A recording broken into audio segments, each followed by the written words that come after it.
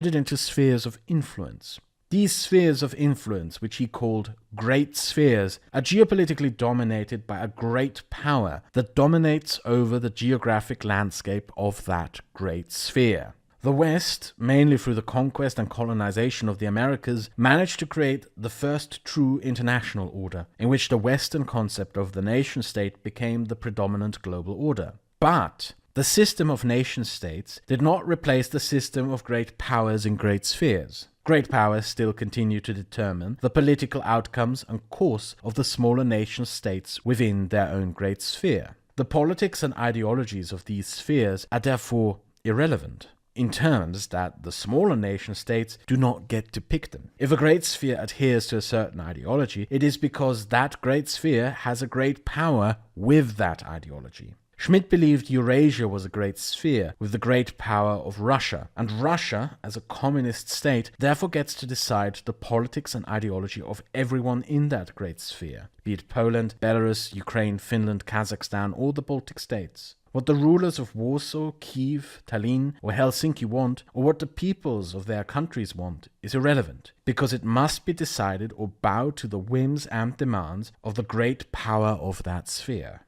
So in the end, Moscow gets to decide for all of them. Carl Schmitt's writings on spheres of influence and great powers were not a defense of the communist Soviet Union. He was, after all, an unrepentant Nazi right up to his death in the 1980s.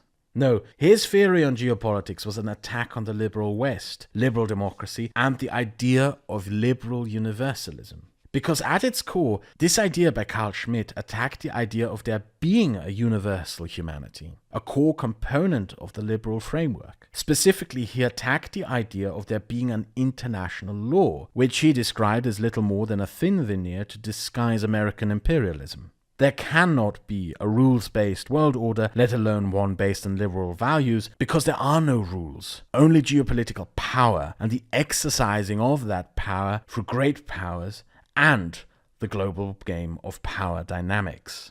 The liberal West cannot apply its values universally because this would lead to direct confrontation and war with those great powers who do not share its values.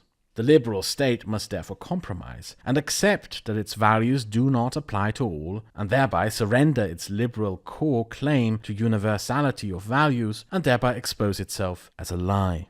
According to Carl Schmitt, geopolitics and the politics of great powers will ultimately destroy the liberal West by forcing it into positions of hypocrisy. The more the liberal West will concede to other great powers, the more its own